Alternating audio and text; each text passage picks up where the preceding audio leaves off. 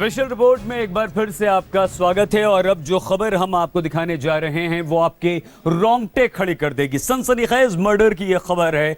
एक पत्नी ने अपने पति के कई सारे टुकड़े कर दिए। उसने सर धड़ से अलग किया और अपने ही घर में गड्ढा खोदकर शव को गाड़ दिया। सूटकेस में एक हिस्सा उसने बंद कर दिया। हरियाणा के झज्जर का ये मामला है और पुलिस को जब इस बारे में पता चला तो पुलिस खुद हैरान रह गई, दंग रह गई।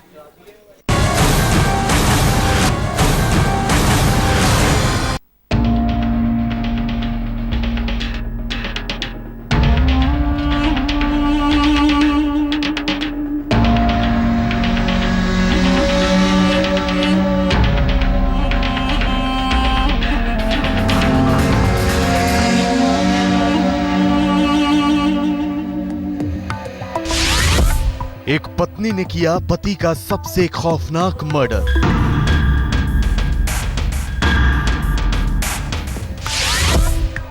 एक पत्नी ने कर डाले अपने पति के टुकड़े टुकड़े।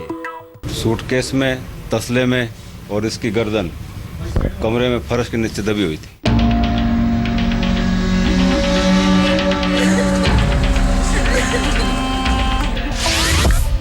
पति की गर्दन काटकर पत्नी ने कमरे में गाड़ दी।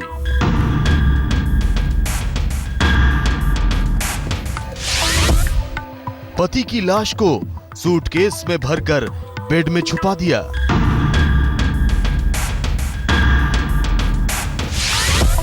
अवैध संबंधों के चलते पत्नी ने की पति की खौफनाक हत्या।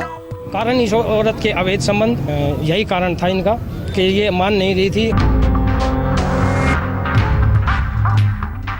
ऐसे खौफनाक मर्डर के बारे में शायद ही आपने इससे पहले सुना हो। जी हां, एक पत्नी ने अवैध संबंधों के चलते अपने पति को इतनी भयानक मौत दी कि रूह कांप उठती है। कोई सोच भी नहीं सकता कि एक पत्नी अपने पति के इतने टुकड़े कर सकती है। आम आदमी तो क्या, इस मर्डर को देखकर पुलिस के भी हाथ पांव फूल गए। आप देख सकते हैं कमरे के अंदर इस गड्ढे को। जी हां, इसी गड्ढे में पूजा नाम की एक महिला ने अपने पति बलजीत की गर्दन काटकर गाड़ दी और सूटकेस में अपने पति की गर्दन कटी लाश को भरकर बेड में छुपा दिया। जैसे ही इस हत्या का खुलासा हुआ, पूरा इलाका सन्न रह गया। हरियाणा में झज्जर जिले के असांडा गांव का बलजीत सिंह अचानक गायब हो जाता है और जब 2 दिन तक वो घर नहीं पहुंचता तो पूरा परिवार बेचैन हो जाता है।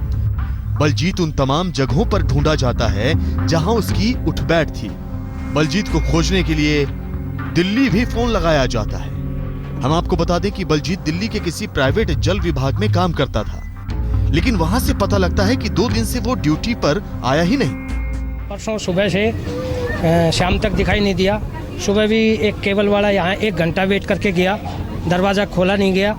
उसके बाद शाम तक वो दिखाई नहीं दिया। आज भी दोपहर तक जब दिखाई नहीं दिया तो वो जहाँ पर प्राइवेट सर्विस करता है दिल्ली जल विभाग में, उधर फ़ोन से कांटेक्ट करके पूछा गया कि वो ड्यूटी पे है या नहीं है, तो उधर ये पता चला कि वो 2 दिन से ड्यूटी पे है नहीं। भाई की खबर सुनकर बहनें भी पहुंच जाती हैं। तभी पड़ोसी आकर बताते हैं कि उसके घर से उन्होंने कुछ खोदने की आवाज सुनी है। ऐसे में बलजीत का भाई कुलजीत उसके कमरे का दरवाजा खुलवाने की कोशिश करता है। कमरे को बलजीत की पत्नी पूजा ने अंदर से बंद कर रखा था। कुलजीत काफी देर तक दरवाजा खटखटाता है, लेकिन पूजा दरवाजा नहीं खोलती।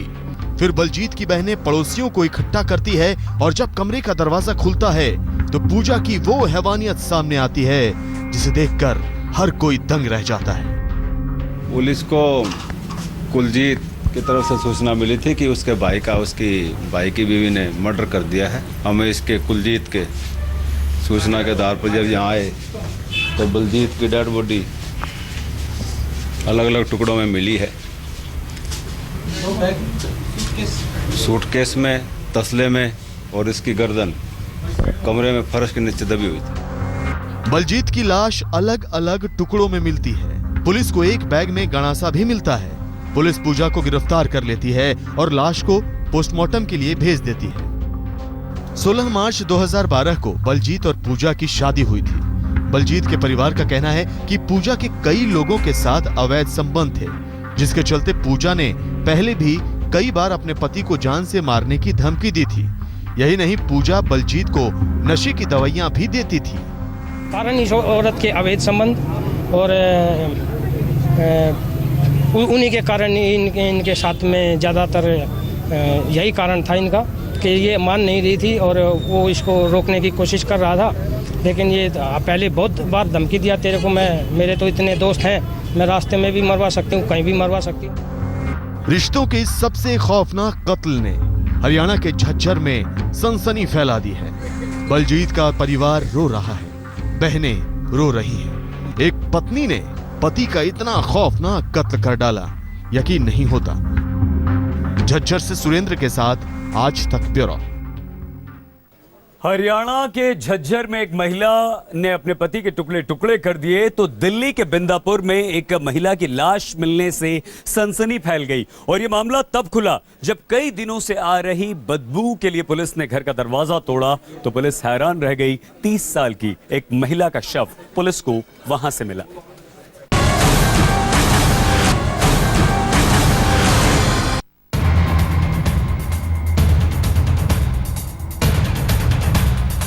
बेड में छुपी लाश से फैली सनसनी। दिल्ली में 30 साल की महिला का खौफनाक मर्डर। हत्या के बाद महिला की लाश को बेड में छुपाया। पड़ोसियों को बदबू आने पर हुआ खुलासा।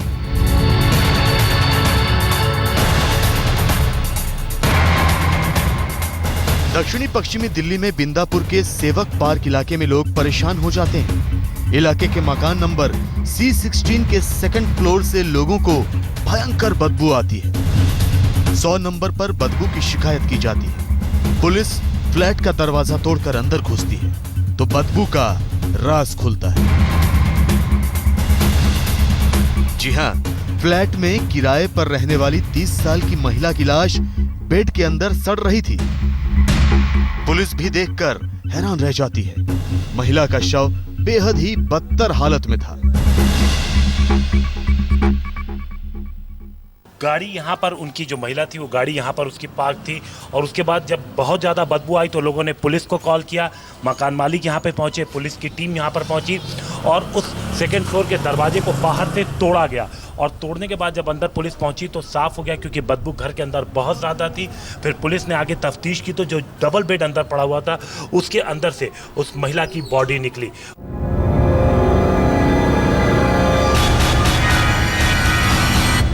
इस महिला का नाम डिंपल था। मकान के सेकंड फ्लोर पर यह महिला अकेले किराए पर रहती थी। कई दिन से उसकी कार भी घर के दरवाजे पर ही खड़ी थी। उस वक्त तो पड़ोसियों का ध्यान नहीं गया, लेकिन जब बदबू आना शुरू हुई तो लोगों को शक हुआ कि फ्लैट के अंदर कुछ तो गड़बड़ है। पड़ोसी मकान मालिक को इसकी सूचना देते हैं और मकान मालिक पुलिस में शिकायत करता है। ऊपर वालों का फोन आया था, बोले फ्लोर में से बहुत ज़्यादा स्मेल आ रही है तो बहुत बर्दाश्त नहीं हो रही है। फिर मैंने 100 नंबर पे फ़ोन किया और उन्होंने आगे की कार्रवाई की। उससे फिर उन्होंने दरवाज़ा तोड़ के देखा तो अंदर डेड बॉडी पड़ी थी। ये महिला कुछ महीने पहले ही किराए पर आई थी।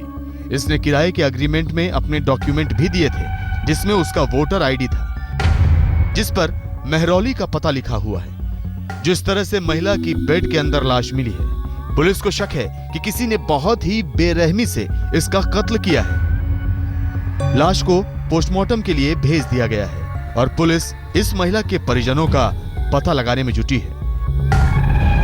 ओपी शुक्ला के साथ हिमांशु मिश्रा, दिल्ली आज तक। अब सवाल यहां पर यह उठता है कि क्या दिल्ली में अकेले रहना खतरे से खाली नहीं है। और आइए अब हम आपको उत्तर प्रदेश के मथुरा की एक कहानी सुनाते हैं। यह कहानी है एक जल्लाद आशिक की। वो एक लड़की से प्यार करता है, प्यार का इजहार करता है और जब लड़की इनकार करती है तो हथौड़े से उस पर ताबड़तोड़ वार करता है।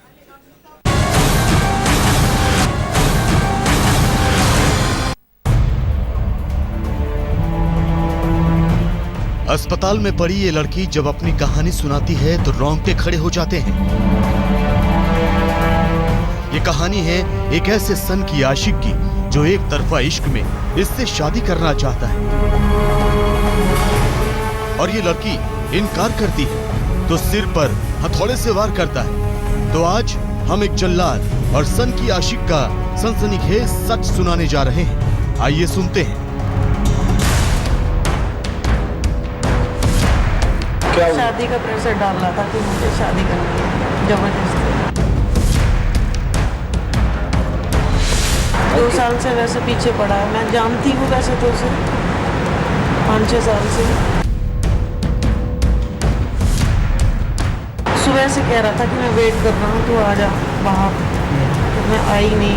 बट मुझे काम था कुछ लेने के, ATM से पैसे निकालने के लिए आई थी बाहर, तो उसने वहीं से ही मुझे गाड़ी में डाल दिया।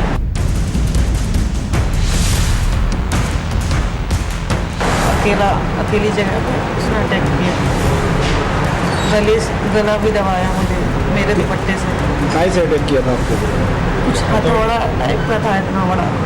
उससे अटैक किया आपको? हाँ, करीब 6-7 बार किए। उसमें से 4-5 तो लग गए हैं मेरे सर में और 1-2-3 मैंने बचा लिए। फिर उसने अपनी सॉफ्टी से और मेरे दुपट्टे से गला दबाया। ये कहानी दिल्ली से कुछ किलोमीटर दूर मथुरा की है।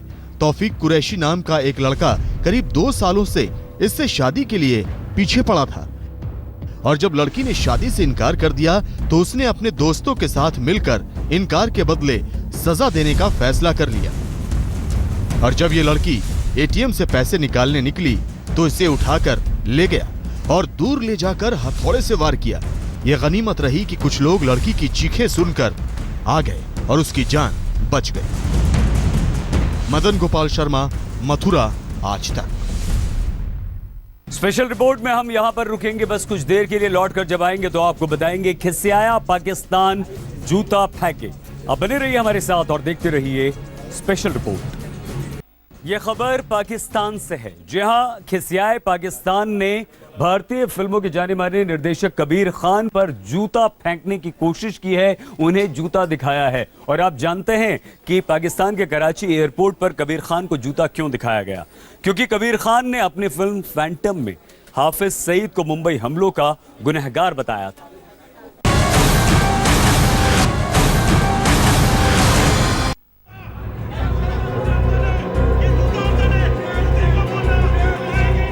बॉलीवुड के जाने माने फिल्म निर्देशक कबीर खान पाकिस्तान पहुंचे तो लोगों ने उनको जूता दिखाया। कराची एयरपोर्ट पर लोगों ने कबीर खान को घेर लिया, उन्हें जमकर खरी खोटी सुनाई, कबीर खान के खिलाफ शेम शेम के नारे लगाए।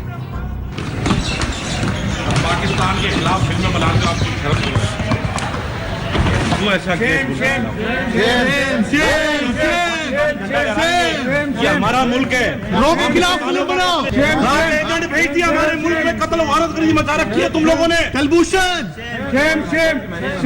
राना तो रात के पाकिस्तान के खिलाफ फिल्में बनाते हैं।